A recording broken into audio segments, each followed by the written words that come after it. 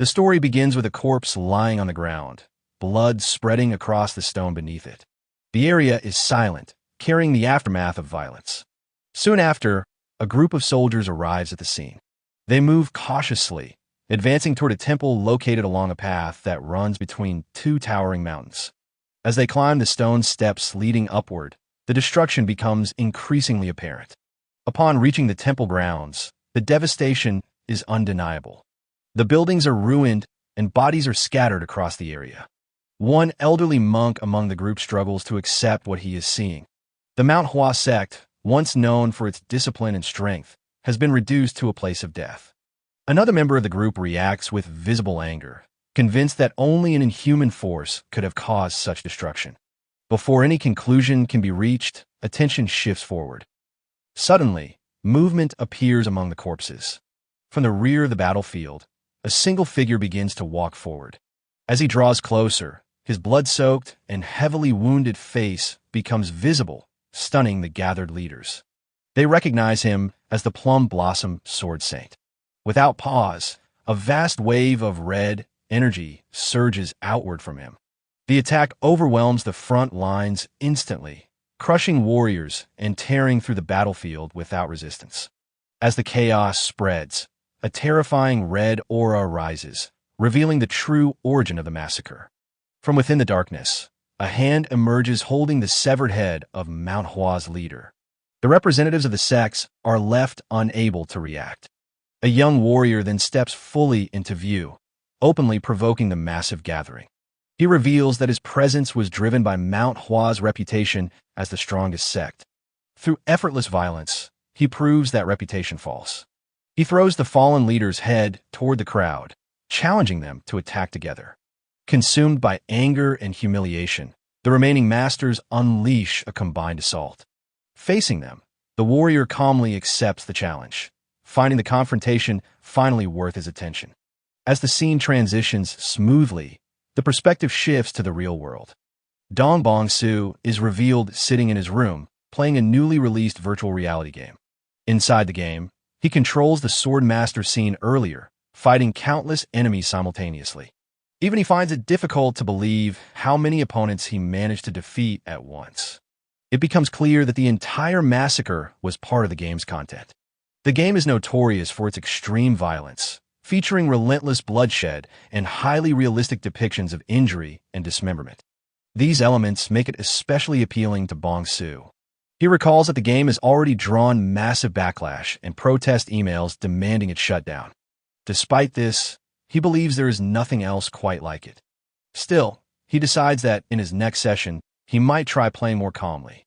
As the atmosphere settles, a television broadcast in his room switches to breaking news. The report announces that the CEO of Dado Industries, No, has gone missing. Bong-soo casually assumes that the man may already be dead and continues watching without concern. Moments later, strange noises echo from outside his room. Sensing something unusual, Bong-soo turns to investigate. Realizing what the sound suggests, he picks up a hammer stick kept nearby and moves into the adjacent room. Inside, a man is revealed, bound tightly and trembling in fear. The man is none other than CEO No, whom Bong-soo has secretly kidnapped and restrained. Bong-soo sets the hammer stick down and sits across from the restrained man, silently observing him. After a brief moment of thought, he moves closer and forces No to raise his head, demanding justification for his survival. Overcome by fear, No insists he has done nothing wrong and claims complete ignorance as to why he was captured. When Bong-soo releases him, No begins coughing violently. The scene shifts to fragments of No's past. He is shown abusing young women without cause, subjecting them to torture and brutal violence. Despite these actions, he continues to deny wrongdoing, repeatedly expressing confusion over his situation. Returning to the present, Bong-soo brings the hammer stick into view and makes it clear that someone truly innocent would never become the target of this kind of hunt. Panicking, No claims he will atone on his own and begs Bong-soo not to interfere. In response, Bong-soo violently pulls him forward by the hair and asserts that the punishment for No's actions must be delivered directly. He raises the hammer, preparing to strike. At that moment, No suddenly attacks, slamming his head into Bong-soo's stomach. The impact disrupts the strike and forces Bong-soo backward. In the same instant, a hidden power awakens within No, allowing him to snap the restraints binding his hands. Freed, he is overtaken by a twisted sense of joy and focuses solely on killing Bong-soo. He grabs the fallen hammer and advances with clear intent. Bong-soo reacts with brief surprise before calmly smiling. He avoids the incoming attack effortlessly and counters with a single punch to No's stomach. The blow overwhelms him completely. As No attempts to stand, Bong-soo delivers a precise kick to his leg, sending him crashing to the floor in far worse condition than before. Desperate, No crawls across the floor and notices a glowing gate ahead. Believing it to be an escape, he drags himself toward it and slips inside. However, once within the room, he senses another presence. When he turns around, he finds himself surrounded by countless corpses staring directly at him. The sight leaves him frozen in terror. Bong-soo enters the room behind him and explains, without emotion, that most humans live as harmless beings, while a small number prey upon others. Among these predators exists a hunter who takes responsibility for eliminating them. As he speaks, Bong-soo's eyes glow red, and his intent becomes clear. He steps forward, resolved to end No's life. Terrified, No attempts to resist, shielding himself while hurling desperate curses. Before Bong-soo can proceed, the door to the room is violently forced open. Police officers storm inside, surrounding Bong-soo with weapons drawn. The commanding officer moves forward and begins arresting him on charges including kidnapping, confinement, and murder. Bong-soo reacts with disbelief, questioning how his location was discovered. The officers respond aggressively, firing a warning shot and making it clear that their weapons are real. Bong-soo observes the impact point of the bullet before slowly looking back at them. The situation reminds him strongly of the virtual game he was just playing. Suddenly, he begins to laugh, confusing the officers. He then reveals the full extent of CEO No's crimes, exposing the murder of 6 women, the torture they endured, and the photographs taken before their deaths. The police are visibly shaken, while No begins to panic as his past is laid bare. Bong-soo gestures toward the corpses in the room, explaining that these lives were taken by No's own hands. He describes people like No as predators who exploit and destroy the innocent. He makes it clear that his actions were part of hunting such individuals. Finally, he points toward No and states that the one deserving punishment today is not himself, but the man standing before them. Hearing Bong-soo's words, CEO No falls into complete terror.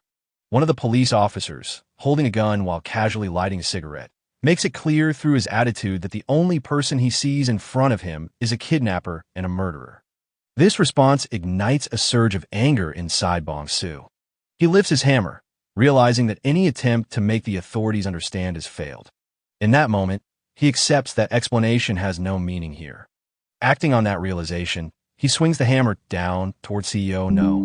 The police respond instantly, opening fire as the strike lands. As the hammer connects with CEO No's face, bullets are fired at the same time. Bong-soo catches sight of one bullet rushing toward him. In his final conscious thought, he reflects that if he had been given even one more chance, he would have continued hunting and punishing such creatures without hesitation. Just like in the brutal virtual game, he longs for a place where judgment can be carried out freely and without restraint. The bullet strikes him, and his consciousness begins to fade. Memories flash rapidly through his mind before everything goes dark. After an unknown amount of time, Bong-soo's eyes snap open, and a scream escapes his throat. Regaining awareness, he is unable to comprehend why he is still alive. He clearly remembers being shot. A man stands in front of him, equally shocked, having believed Bong-soo to be dead. As Bong-soo tries to understand his surroundings, the man becomes furious at the sight of him breathing. He grabs Bong-soo by the collar and strikes him, clearly irritated by the effort it took to drag him here from market. After shoving him into a room, the man leaves, showing no further interest, as if his involvement is finished. Rage boils inside Bong-soo. A stone lies near his hand, and he reaches for it, attempting to stand and pursue the man. The stone slips from his grasp. His body betrays him. Violent coughing overtakes him, and his limbs feel impossibly weak. Walking becomes difficult, nearly impossible. Confused, he opens his clothes to examine himself. What he sees confirms something is terribly wrong. This is not his original body. The frame is emaciated, bones protruding beneath skin that shows no sign of strength. Scars cover his body, each one a record of pain and abuse. He looks outside. The moon hangs in the sky, and beyond it stretches a vast empire. As he studies the surroundings more carefully, recognition begins to form. This place resembles the Murim world he knows from games and stories. The realization slowly settles in, and his confusion turns into overwhelming emotion. Anxiety gives way to excitement. Tears stream down his face as laughter escapes him uncontrollably. His wish has been fulfilled, not through survival, but through death and rebirth. His consciousness has arrived in a world governed by strength. When his emotions finally stabilize, his expression twists into an unsettling smile. The scene shifts. Inside a stable, a boy named Sosam works mechanically, cleaning horse stalls. His hands move without thought, his body already accustomed to the filth and stench. The work is interrupted when a servant appears, visibly bothered by the smell. Without concern for the boy's condition, the servant signals that another task awaits. Sosam hesitates, knowing his current work is unfinished. The hesitation is met with violence. He is reminded of his place within the household. As an orphan surviving only on scraps from the Dan family, he has no right to question orders. Resistance is pointless. He is dragged to a blacksmith's workshop filled with rusted weapons and broken blades.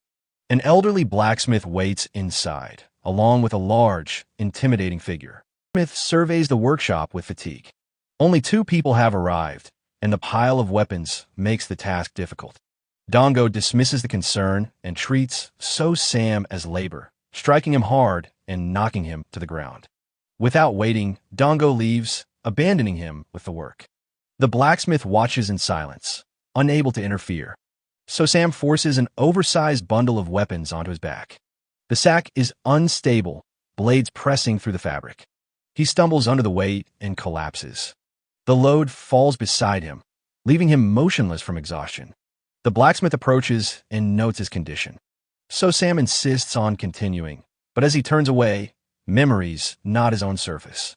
Cold, loss, and prolonged suffering flood his thoughts. His strength fails again, and he collapses. Dongo returns and strikes him without hesitation. The kick sends Sam across the ground. Fragmented memories surface repeatedly, surviving a storm alone, begging at the Danri clan's gate, enduring constant abuse. His consciousness fades as the cold deepens. In the darkness, something changes. Later, Sam awakens in the stable, leaning against a wall. His body is weak, but his awareness is clear. Seeing his reflection in a water trough, recognition settles in. The name returns. Sam. The conclusion forms naturally. The original owner of the body died from the beating, and another consciousness has taken over. He stands alone in the dim stable, confirming the surroundings from memory. As the realization settles, a glowing blue interface appears before him. It matches the Murim online status window. Time passes. During the day, Mel moves through the clan grounds carrying feed, irritated by recent events. Frustration builds, and violent thoughts briefly surface before being dismissed as too risky. He heads to the stable instead. Inside, Sam sits slumped against the wall, bruised and bloodied beside a dropped food bowl. His eyes remain partially open, watching. 2 weeks have passed since awakening in this world. During that time, understanding has formed. The people speak Chinese, but this is not China. The land resembles ancient Asia, yet martial artists here move beyond normal human limits. They leap, train, and fight openly. Martial arts are real in this world. The system confirms it. The Murim online status window functions normally and is visible only to him. This is not a game. The people here are real, each with their own emotions and lives. He considers the question of what he is now. For the moment, the answer is unnecessary. Dongo appears at the doorway and approaches Sam. Sam slowly turns his head to face him. Dongo pauses, surprised by the lack of reaction. Sam calmly lifts his food bowl and drinks from it without acknowledging him. Dongo becomes irritated and attacks. Sam reacts instantly, catching the strike and crushing Dongo's fist. The change is immediate. So Sam continues the assault without hesitation. The confined room fills with violence until Dongo collapses and stops moving. So Sam stands amid the bloodstains and looks at his hands, noting the heat running through his body. The question of identity surfaces briefly and is dismissed. This world is real and follows a clear rule: survival through strength. There is no need to hide here. He sits down and turns his attention to the body. He activates the inventory. A blue space appears, different from the structured layout he remembers. It is a single open space. He reaches into it and confirms its size, then places his hand on the corpse. The body distorts and disappears, leaving only blood behind. He considers the usefulness of this ability and the possibility of further testing. The scene shifts forward. Daylight fills a large Murim-style compound.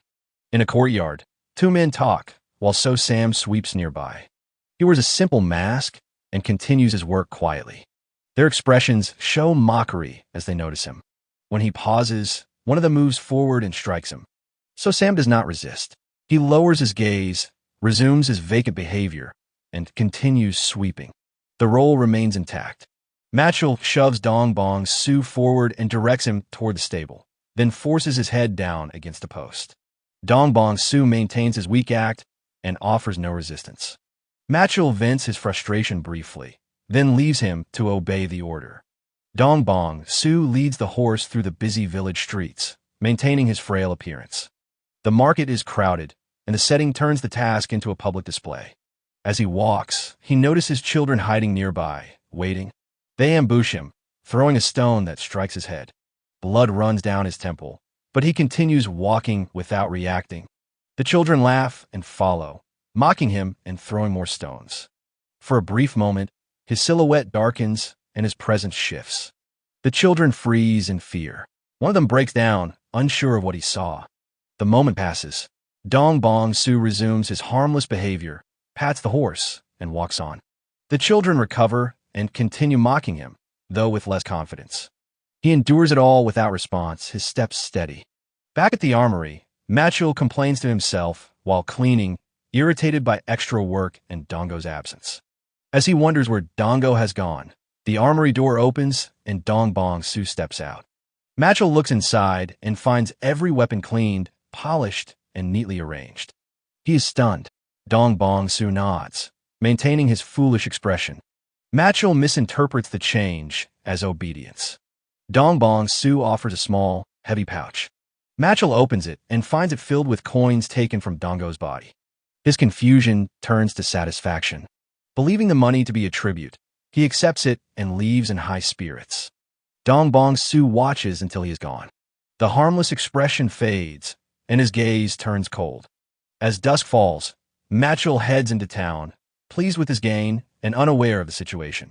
He admires the weight of the pouch and decides how to spend it. He arrives at a high-class brothel and presents the money confidently. The owner recognizes him and hesitates briefly at the request, then accepts the payment and directs him upstairs. Machel enters a private room, pours himself a drink, and waits. A voice announces itself from outside the door. A woman enters the room. Machel's attention fixes on her immediately. Her appearance exceeds what he expected, and he gestures for her to come closer. She kneels beside the table and begins serving him. Machel relaxes, fully distracted. The perspective shifts to a narrow crack in the wall. A single eye observes from the darkness, unmoving. Earlier, Machel had climbed the steps of the Bungyang Inn and been directed to a room on the second floor. Downstairs, the owner examines the pouch of money Machel left behind. Brief hesitation gives way to greed. Another figure enters. Dong Bong Su appears in the guise of the frail stable boy. The owner recognizes him and reacts with irritation, but stops when Dong Bong Su presents another heavy pouch. The owner accepts it immediately and directs him to a nearby room on the same floor. Dong Bong Su ascends the stairs calmly. Then owner watches him go, satisfied. Back in Machel's room, Machel is now stripped to the waist, his hands bound with cloth. He remains unaware of the danger. A presence moves behind him. A cloth tightens around his neck. Resistance follows briefly, then weakens. The struggle ends with a sharp motion. The body collapses. Dong Bong Su lifts the body and drops it to the floor. He watches until all movement stops. He sits beside the corpse for a moment, then begins clearing the room. His actions are controlled and methodical. He approaches the wall, separating the rooms, and locates the narrow crack used earlier. Turning back, he activates his ability. The body vanishes in a flash of blue light. He remains seated and examines the result. A familiar interface appears. The experience bar has increased slightly. The conclusion is clear. Killing grants experience, and accumulation leads to growth. He leans back, considering the implications. Strength increases through repetition. Efficiency follows power. Dong Bong Su lowers his hand and looks at the empty space where the body once lay, already focused on what comes next. Dong Bong Su briefly covers his face with his arms, then props Matchell's severed head into a small opening in the wall, leaving it displayed. The task finished, he moves away. Outside in the hallway, the owner waits impatiently. An entertainer named Inying approaches the room Dong Bong Su had rented and listens at the door before calling out. The owner grows irritated by the delay and orders her inside. She opens the door and steps into the dark room. The owner remains in the hall, growing uneasy as silence settles over the second floor. He glances toward Matchell's room and knocks, receiving no response. As irritation turns into suspicion, a scream erupts from the other room. He rushes inside and finds a body hanging from the ceiling. In the dim light and confusion, he fails to recognize Guok Dongo and instead calls out Matchell's name. The scene shifts to Anhui. The Huai River in the north and the Yangtze River in the center create a fertile plain where trade flourishes. Along with prosperity come bandits and unorthodox factions. In response, clans and sects rise to enforce order. Among them are the Namong clan and the Danri clan. Though smaller, the Danri clan maintains the Cross Heaven Sword Division and the Black Crow Squad, whose intelligence network surpasses even the beggar sect within Anhui. Recently, the Black Crow Squad has been dealing with a troubling case. Inside their headquarters, a subordinate presents a report to the squad leader, Gyo. Over the past few months, nearly 100 apparent suicides have occurred, far exceeding normal patterns. Every case appears flawless, leaving no trace of foul play. The perfection itself raises suspicion. Gyo asks for the first recorded case and learns it involved Matchell, an armory artisan of the Danri clan. The death occurred at an inn known as the Phoenix Tavern. Gyo decides to investigate personally. At the tavern, Gyo examines the room where Matchell was found hanging. He inspects the floor, walls, and ceiling. There is no sign of forced entry. The wooden wall shows no signs of removal, and the ceiling beams are fixed in place. No one could have entered unnoticed. The conclusion remains uncertain. Gyo asks whether anyone stayed in the adjacent room. The answer confirms another guest arrived around the same time. The name given is Sawsum of the Danri clan. The scene shifts to Dong Bong Su, now known as Sawsum, walking through a village while leading a horse. He reviews his status window, noting that the experience gained from killing a nearby man exceeded previous gains. He concludes that stronger targets yield more experience, but confronting a true martial artist now would be fatal. He decides to seek targets between ordinary civilians and trained warriors. A group of street thugs blocks his path and mocks him. Dong Bong Su remains silent. They strike him and drag him into a narrow alley. He evaluates the situation, considering whether to kill them and dispose of the bodies, then decides against it due to risk and low reward. He endures the beating. A man named Django appears and stops the assault. The thugs show immediate fear. Django examines the horse and reveals his intention to take it as a gift for his superior. Dong Bong Su understands that the plan was to kill him and seize the horse. Django presses him for a response. Dong Bong Su speaks clearly and challenges him directly. The thugs react in shock at hearing him speak. Dong Bong Su activates his inventory. Blue light erupts in the alley, forming a vortex. One thug is caught in the surge as Dong Bong Su draws a sword from the light. The horse is pulled into the inventory. Another burst of energy spreads outward, throwing the remaining thugs back.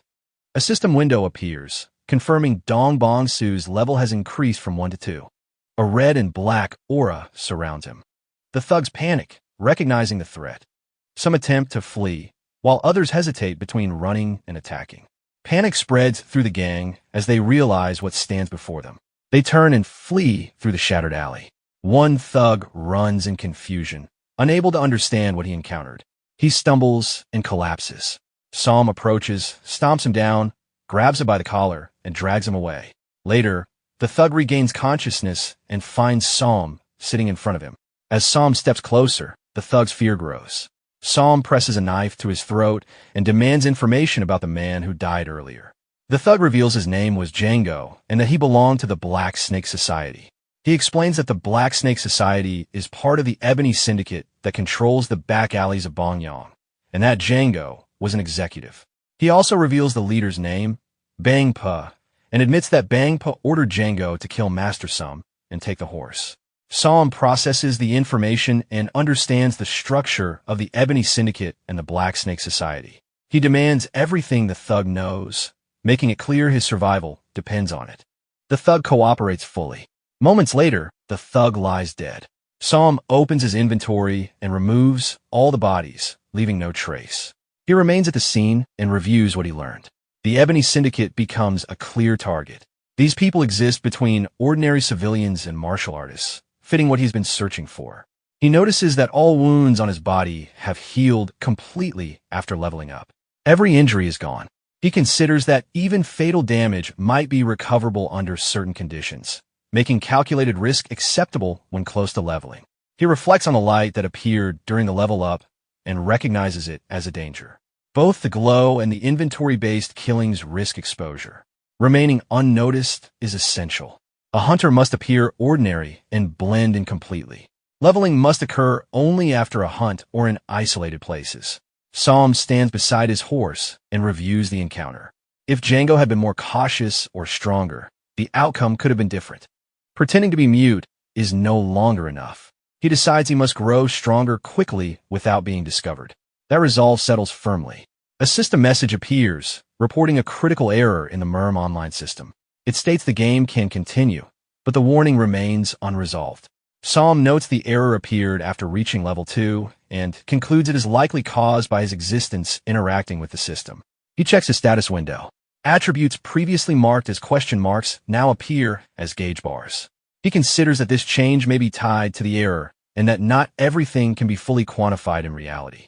He reviews his skills. Common passive skills such as stab, block, and throw are listed. One skill stands out. Spirit Eye.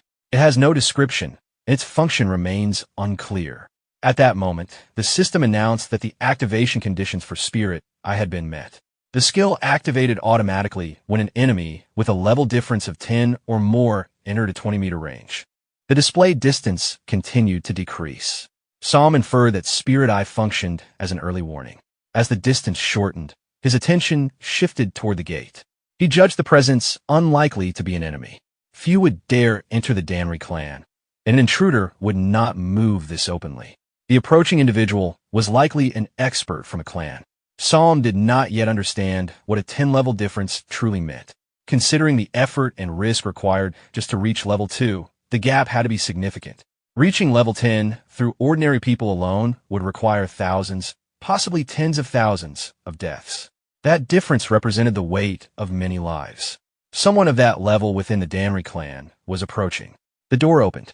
A man entered, placed a hand on Psalm's shoulder, and asked whether he was the one who killed Mel. Psalm froze.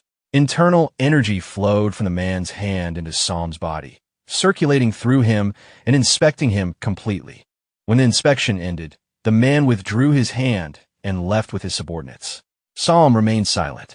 Outside, a subordinate asked why the man had left without interrogating the boy and whether he had been suspicious. The man confirmed his suspicion and explained that he had already checked by injecting internal energy. If Psalm had practiced martial arts, traces would have remained. There were none. Psalm was an ordinary person with no internal energy.